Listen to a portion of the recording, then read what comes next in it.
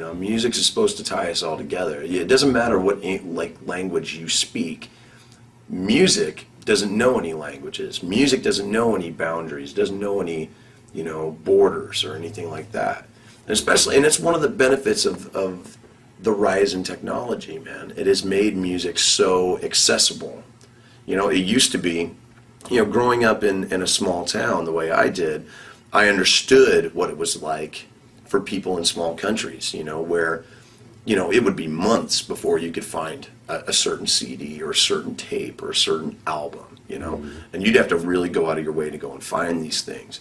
And now with the advent of the internet and whatnot, a lot more music is accessible and people can hear it. You know, they don't have to own it, but they can have it, and that's the biggest difference.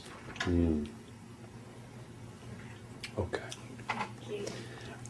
After what you've seen in this business and the changing, you know, industry, what advice would you give to the young people coming up that want to follow in your footsteps and do what you do?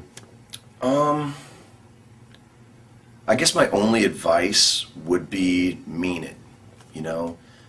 Don't try to fill a role. Don't try to play a part. Be yourself in a world where, you know, not everybody gets to do that. You know, I'm extremely lucky to be able to do what I do. And I'm extremely lucky in a lot of ways because I never tried to do that right out of the gate. I was always myself.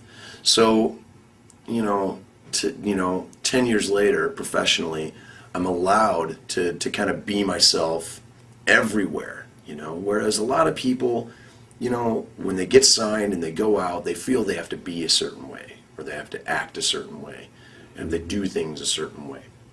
Well, then you're not being yourself. You're being somebody else. You know, you're making somebody else's choices, you're making somebody else's mistakes, and you don't learn from somebody else's mistakes. You learn from your own.